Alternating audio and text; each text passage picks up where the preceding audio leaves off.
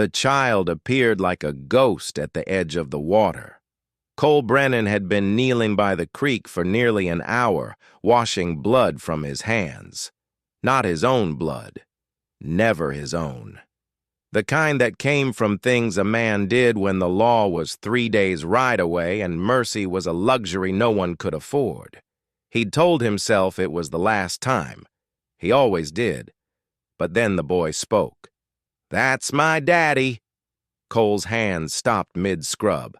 The water ran red between his fingers, swirling downstream like an accusation. He didn't turn around, didn't breathe, because the voice was small, certain, and impossible. "That's my daddy," the boy said again, louder this time, as if Cole hadn't heard. Cole finally looked over his shoulder.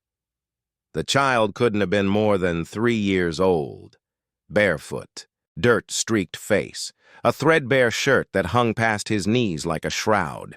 His hair was the color of sun-bleached hay, wild and tangled, and his eyes, those eyes, were too steady for a child, too knowing. "Kid," Cole said slowly, his voice raw from disuse, "I don't know what you think you saw, but you got the wrong man." The boy didn't flinch, didn't blink.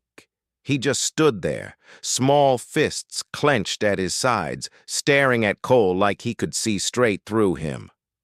"That's my daddy," he repeated, and this time his voice cracked, just a little, just enough to make Cole's chest tighten in a way he didn't like. Cole rose to his feet, water dripping from his hands, and scanned the tree line. No one. The valley stretched out in all directions, empty, quiet, save for the whisper of wind through the pines. No camp, no wagon, no sign of anyone who might have lost a child. "Where's your folks?" Cole asked, softer now. The boy's lip trembled. "Daddy's coming back." "When?" "Soon." Cole cursed under his breath. He looked down at his hands, still stained, still guilty, and then back at the boy. There were 100 ways this could go wrong, 100 reasons to walk away. But the kid was alone, and the sun was sinking fast, and out here, night didn't just fall, it swallowed. "You got a name?" Cole asked. "Eli." "Eli," Cole nodded. "All right, Eli, you hungry?" The boy didn't answer, but his eyes flicked toward Cole's saddlebag, and that was answer enough. Cole led him back to the clearing where his horse was tied. The animal, a scarred roan mare named Dust, snorted and stamped, uneasy. She always knew when something was wrong. Cole pulled out a strip of dried venison and handed it to the boy, who took it without a word and ate like he hadn't seen food in days. Cole watched him, uneasy. The kid was too calm, too certain, and that phrase, "That's my daddy," kept echoing in his head like a bell tolling in a silent church. "Where'd you see your daddy?" Cole asked carefully. Eli pointed toward the ridge to the north. "There." Cole's blood went cold. That ridge overlooked the canyon where, 2 days ago, he'd done something he couldn't take back. A man had come looking for him, sent by someone Cole used to work for, someone who didn't like loose ends. There'd been words, then a draw, then silence. The man had fallen into the ravine. Cole hadn't stayed to check if he was dead. "You sure it was your daddy?" Cole's voice was tight now, controlled. Eli nodded, chewing slowly. "He had a blue shirt and a silver buckle, and he said my name." Cole's stomach turned. The man in the canyon had been wearing a blue shirt, and Cole had seen the glint of silver at his waist before the body disappeared into the dark. "When did you see him?" Cole asked, though he already knew the answer. 2 days ago. Cole closed his eyes. The world tilted. The kid wasn't lying. He wasn't confused. He was telling the truth, And the truth was a noose tightening around Cole's neck. "Eli," Cole said slowly, kneeling so they were eye to eye. "Your daddy. Did he say where he was going?" The boy's face crumpled, and for the first time he looked like what he was, a terrified child. "He said he'd come back. He promised." Cole's throat burned. He wanted to say something comforting, something true, but the only truth he had would destroy this kid. So instead, he stood, turned toward the ridge, and made a decision that would change everything. "Stay here," Cole said. "I'm going to go look for him." "Can I come?" "No." "But stay. Here." Eli's eyes filled with tears, but he nodded. Cole mounted Dust and rode toward the ridge, his heart pounding like a war drum. He didn't know what he'd find, didn't know if he wanted to find anything. But the boy's words echoed in his mind, relentless and damning. "That's my daddy." And Cole Brennan, killer, drifter, man without a name, rode toward the place where he'd buried his last shred of decency, knowing that whatever he found would either save him or condemn him. The sun dipped below the horizon. Darkness rose like a flood. And somewhere in the canyon, the wind carried a sound that might have been a cry, or might have been nothing at all. Cole reached the canyon just as the last light bled from the sky. He dismounted in silence, leaving Dust tied to a gnarled juniper, and approached the edge on foot. The ravine yawned below him, a jagged scar in the earth, choked with scrub oak and shattered stone. He'd been here 2 days ago. He'd pulled the trigger. He'd watched the man fall. And now he had to look. The descent was treacherous.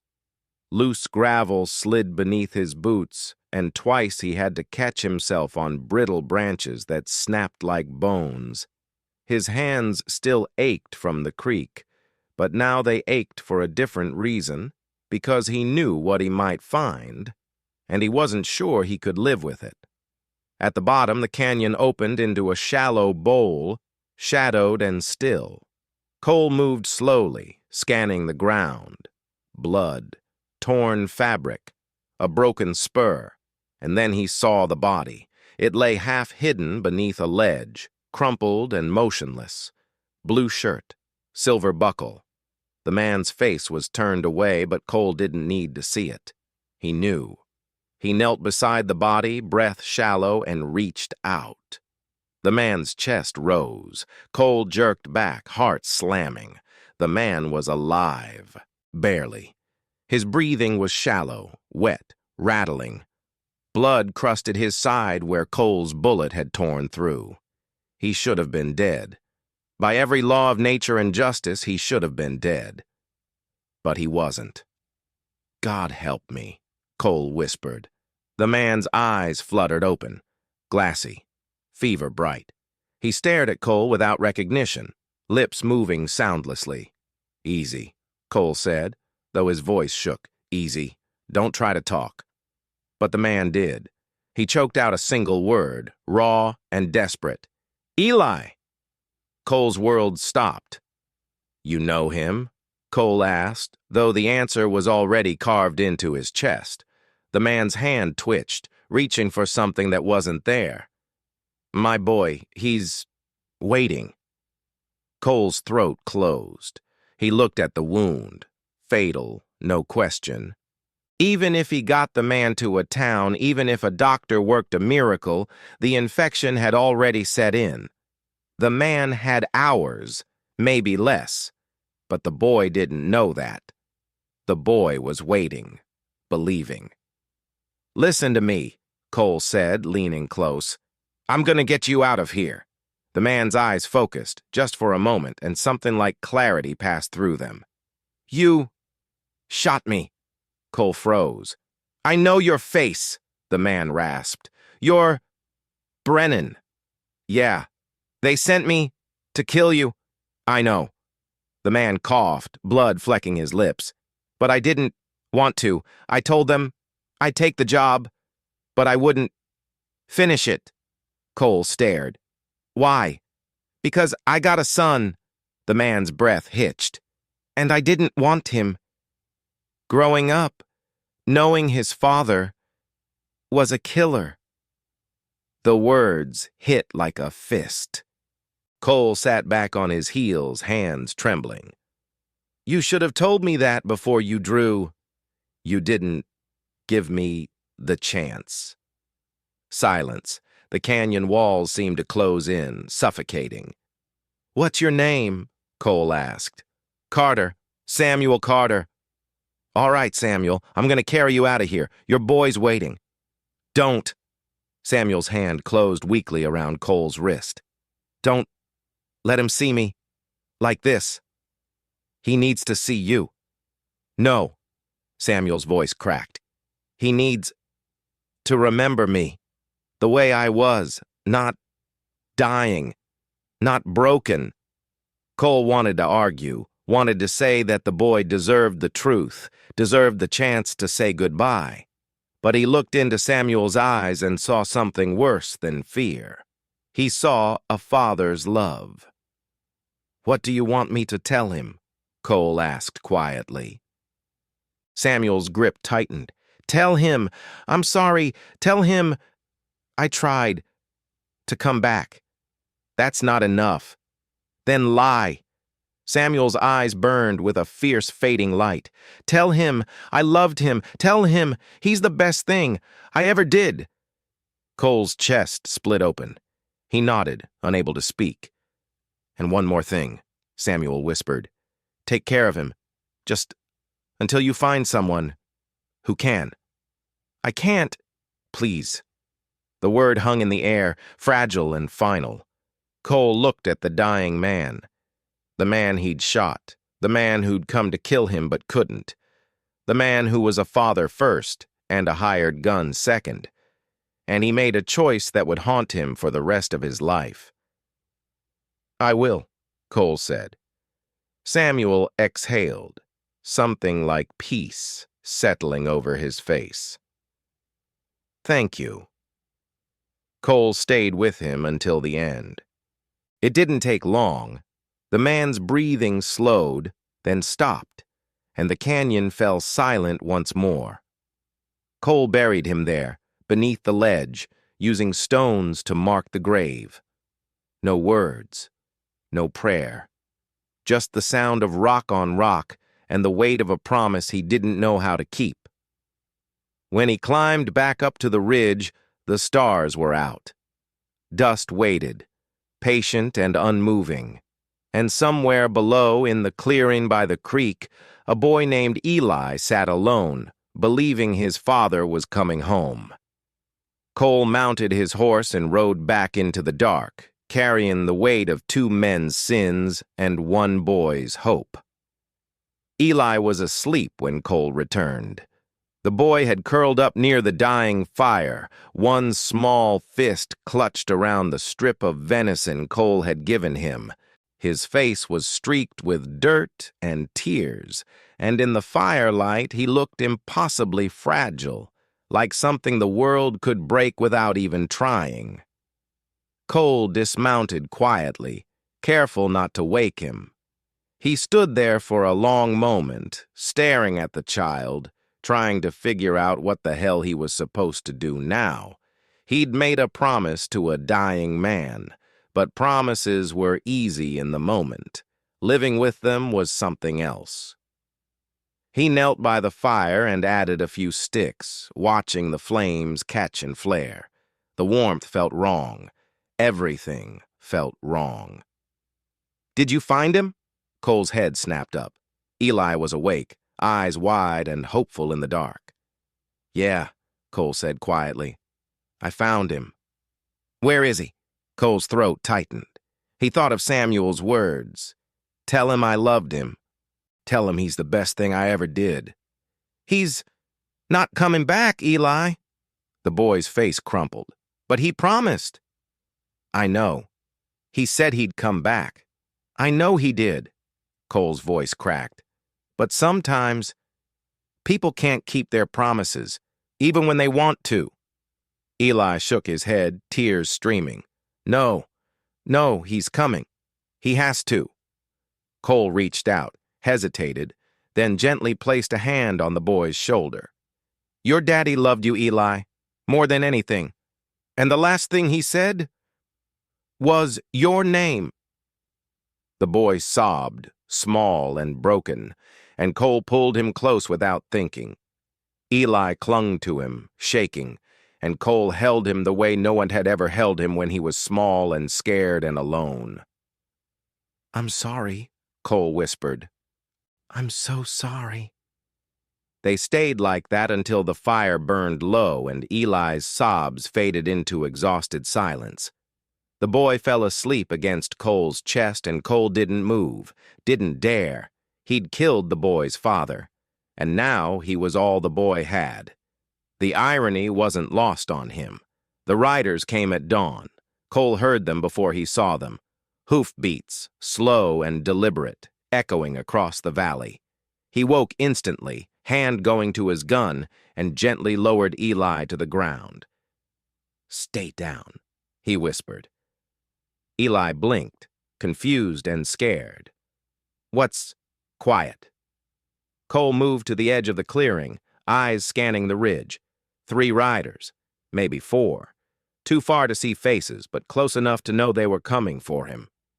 Samuel had been sent by someone, which meant that someone knew Cole was here. And if they'd sent one man, they'd send more. The riders stopped at the top of the ridge, silhouettes against the brightening sky. One of them pointed toward the clearing. Another spurred his horse forward. Cole cursed under his breath. He could run. He'd done it before. But running meant leaving Eli, and leaving Eli meant breaking the only promise that mattered. So he stepped into the open, hands loose at his sides, and waited.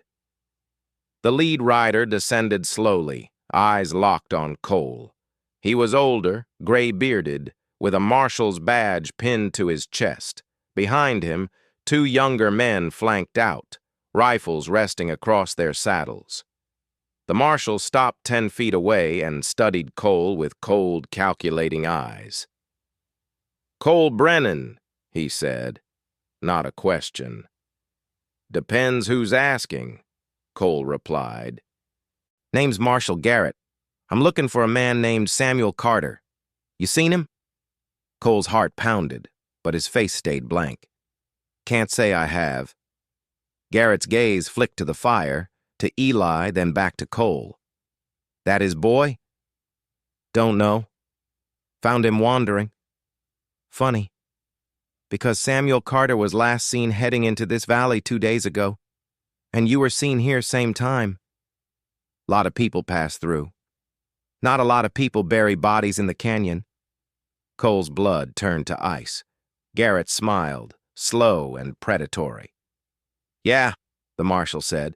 We found the grave, fresh, rocks piled neat. Someone took care. Question is, was it you? Cole said nothing. Garrett leaned forward in his saddle. Here's what I think happened. Carter came after you, you killed him, and now you're trying to play the hero with his kid. He spat into the dirt. That about right? Eli's voice cut through the silence, small and fierce. He didn't hurt my daddy. Garrett's eyes narrowed. That's so? He went looking for him, Eli said, stepping closer to Cole. He promised. The marshal studied the boy, then Cole, and something dark flickered in his expression. You always make promises to dead men's sons, Brennan? Cole's jaw clenched. What do you want, Garrett? I want the truth. Truth is, Carter drew on me. I defended myself. He asked me to look after his boy. That's all. And you expect me to believe that? Don't care what you believe. Garrett straightened, hand resting on his holstered pistol. Here's what's gonna happen. You're gonna come with me. Peaceful. We'll sort this in town. And the boy? He'll be taken care of. By who? Not your concern. Eli grabbed Cole's arm, panic flooding his face. "No, don't go. Don't leave me." Cole's heart twisted. He looked at Garrett, at the rifles trained on him, at the boy clinging to his side. "I'm not going anywhere," Cole said quietly. Garrett's face hardened. "Then you're under arrest." "For what?" "Murder. And if you resist, I'll add kidnapping to the list." Cole's hand twitched toward his gun, and the two younger men raised their rifles. "Don't," Garrett warned. "You draw, you die. And then what happens to the boy?" Cole froze. The marshal had him. They both knew it. "Walk away, Brennan," Garrett said, "or make me shoot you in front of him. Your choice." Cole looked down at Eli, who stared up at him with wide, terrified eyes. And in that moment, Cole saw himself, small, alone, watching the only person he trusted disappear. He couldn't do that to the boy, but he couldn't go with Garrett either, so he made the only choice left. "Run," Cole whispered to Eli. "What? Run! Now!" And then Cole drew. The gunshot split the air like a thunderclap. Cole's bullet took the rifle from the nearest man's hands, sending it spinning into the dirt. The second man fired wild, missing by inches, and Cole dove behind a boulder as Garrett's pistol barked twice. "Go!" Cole shouted at Eli, who stood frozen. "Go!" The boy finally moved, stumbling toward the trees, and Cole laid down cover fire, keeping the riders pinned. He didn't aim to kill, just to buy time. Garrett dismounted, shouting orders, and the two men flanked wide, trying to box Cole in. But Cole had been hunted before. He knew this game. He fired twice more, then bolted, cutting through the pines toward the creek. Behind him, hoofbeats pounded, angry voices echoing. He found Eli crouched behind a fallen log, shaking. Cole grabbed his arm, pulled him to his feet, and ran. They plunged into the forest, branches whipping, boots slipping on moss-covered stone. The riders crashed through behind them, relentless. Cole's lungs burned. His side ached, but he didn't stop. They broke into a narrow ravine, and Cole spotted an overhang, barely large enough for two. He shoved Eli inside and followed, pressing them both against the cold rock. The riders passed 10 feet away, shouting, searching. Cole held his breath. Eli trembled against him, silent. Minutes dragged. Then the voices faded. Cole exhaled shakily. "You okay?" Eli nodded, tears streaming. "I thought they'd kill you." "Not today." "Why are they after you?" Cole hesitated. "Because I did something bad. Long time ago. And people don't forget." "Did you kill my daddy?" The question hit like a blade. Cole met the boy's eyes and saw only heartbreaking clarity. "Yes," Cole said quietly. "I did." Eli's face crumpled, but he didn't pull away. "Why?" "Because he came after me, and I thought it was him or me." Cole's voice broke. "But I was wrong. I should have listened. I should have—" He stopped, swallowed hard. "I'm sorry, Eli. I'm so sorry." The boy stared at him for a long, agonizing moment. Then, impossibly, he leaned closer. "He wouldn't want me to hate you." Cole's chest shattered. "What?" "He always said, hate just makes more hurt." Eli's voice was small but steady. "He'd want me to forgive you." Tears burned Cole's eyes. "I don't deserve that." "Maybe not," Eli whispered, "but I'm giving it anyway." And in that moment, hidden in the dark, hunted and broken, Cole Brennan felt something he hadn't felt in years. Hope. They stayed hidden until nightfall, then moved under cover of darkness. Cole knew they couldn't stay in the valley.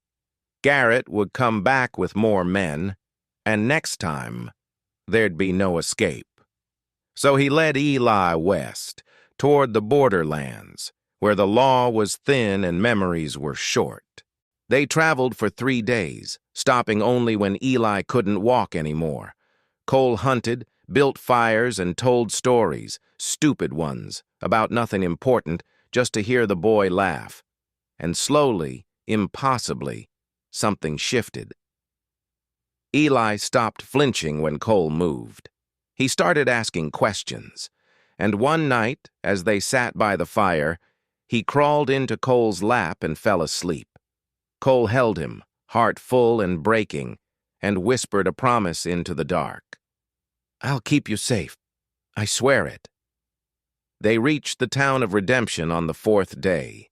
It was small, quiet, the kind of place where people didn't ask too many questions. Cole found a boarding house run by a widow named Mrs. Calloway, gray-haired, sharp-eyed, but kind. "You his father?" she asked, eyeing Cole with suspicion. "No," Cole said, "but I'm all he's got." She studied him, then Eli, and something softened in her face. "Room's $5 a week, meals included." "Thank you." Cole stayed a month. He took work at the livery, kept his head down, and watched Eli slowly come back to life. The boy made friends, learned to read, smiled again, and Cole realized with quiet certainty that this was where Eli belonged. One evening, he sat Eli down and told him. "I have to go," Cole said gently. Eli's face paled. "Why?" "Because the people chasing me. They'll find me eventually, and I won't let them hurt you. But you'll stay here. Mrs. Calloway will take care of you. You'll be safe." Tears filled Eli's eyes. "Don't leave me." Cole pulled him close, voice thick. "I'm not leaving. I'm protecting you." "There's a difference. Will you come back? Someday? When it's safe? Promise?" Cole thought of Samuel, of broken promises and final words, and he made one last vow. "I promise." Years later, Cole Brennan would return to Redemption. He'd be older, grayer, with scars he couldn't name. But when he walked down that dusty street and saw a young man standing outside the livery, tall, strong, with his father's eyes, he'd know. Eli would turn, recognize him, and smile, and Cole would know, finally, that some promises were worth keeping, even if they broke you first.